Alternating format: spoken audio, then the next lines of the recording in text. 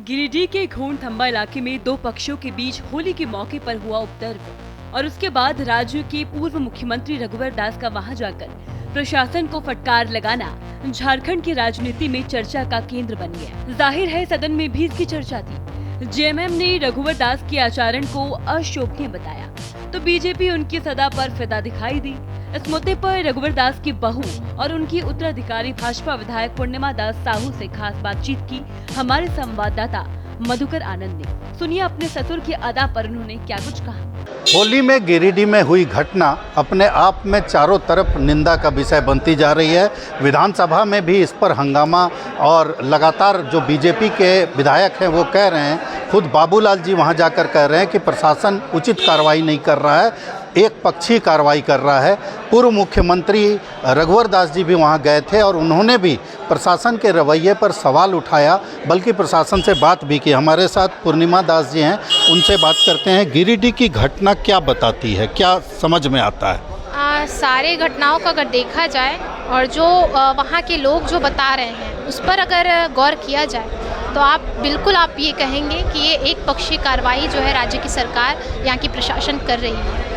क्योंकि वहाँ के जो पीड़ित लोग हैं वो खुद कह रहे हैं, वहाँ के जो मुस्लिम समुदाय के, खासकर मुस्लिम समुदाय के जो लोग हैं वो खुद कह रहे हैं कि गलत हुआ है। कुछ हमारे समुदाय के लोग हैं जो ऐसा कर रहे हैं। जब वो कह रहे हैं तो प्रशासन इस पर कार्रवाई क्यों नहीं कर रही है? चिंता का विषय है कि हम ऐसे राज्य में हैं जहाँ वोट बैंक की राजनीति होती है।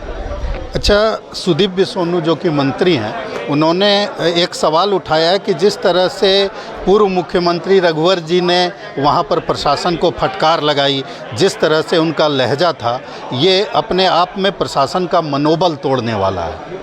बिल्कुल भी प्रशासन का मनोबल तोड़ने वाला नहीं है। एक राज्य के मुखिया को ऐसा होना चाहिए। जो माननीय रघुवर दास जी ने वहाँ पर पहुँचकर किया, वो तो हमारे राज्य के माननीय हेमंत सोरेन जी को वहाँ पर पहुँचकर करना चाहिए था, क्योंकि ये उनकी जिम्मेदारी है कि राज्य में शांति सौहार्द बना रहे। और मैं तो ये कहना चाहूँगी कि माननीय रघुवर दास जी जो है वो जब यहाँ के मुख्यमंत्री थे तब जो जितने भी शासन प्रशासन थे वो चुस्त और दुरुस्त था। कभी ऐसी घटनाएं जो है आपको सुनने में नहीं आई, और आए भी तो वहाँ स्वयं रघुवर दास जी जो पहुंचकर उन घटनाओं को शांत कराने का काम किए। तो क्या ये राज्य के आदरणीय हेमंत सोरेन जी जो यहाँ के मुखिया हैं, आदिवासी मुखिया हैं, ये उनका फ़र्ज़ नहीं बनता, ये उनकी जिम्मेदारी नहीं बनती?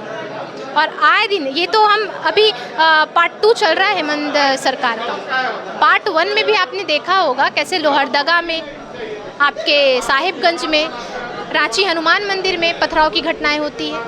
मतलब आप कुल मिलाकर देखें तो जब इनकी सरकार आती है तब ऐसे जो है सौहार्द और हमारे राज्य की शांति को भंग करने का काम ही करती है। तो पूर्णिमा जी का साफ तौर पर कहना है, एक खास बात यह है कि रघुवर दास जी जो पूर्व मुख्यमंत्री हैं, उनकी बहू है और उन्हीं की सीट से जिससे वो जीतते रहे हैं उसी से विधायक है, बीजेपी की विधायक है।